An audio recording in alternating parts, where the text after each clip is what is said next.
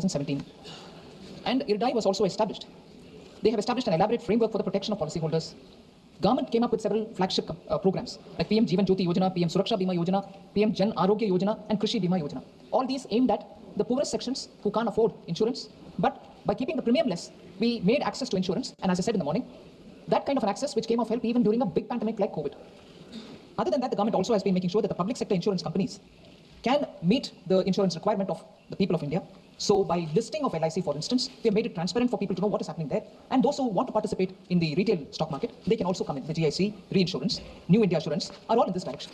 So with these kind of steps taken, as I said, we moved from 26% to 49% in 2015, from 49 to 74 in 2021.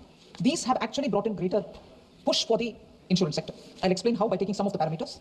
In 2014-15, number of insurers were 53. Now they are 74. Insurance penetration earlier was only 3.3%. Today it is closer to 3.75, 3.8. Insurance density, average insurance premium paid per person in a year is referred to when I say insurance density.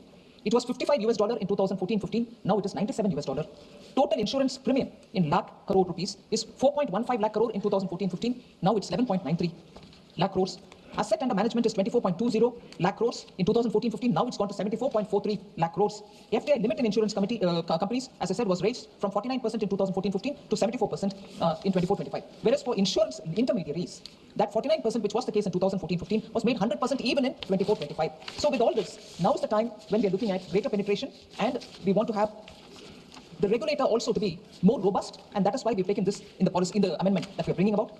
We're getting into the details of each one of those, but there will be a better regulatory oversight, there will be ease of compliance, insurance intermediaries will provide uninterrupted services, and we're also treating both intermediaries and insurance companies with a lot more standardized approach, so that whenever they do anything, they will have to have a stakeholder consultation before they bring in any policy, and so on. So this bill, sir, broadly I leave it here, that it aims at bringing transparency. There is a good need for insurance money, so increase in FDI. Many compliance-related issues are being eased out.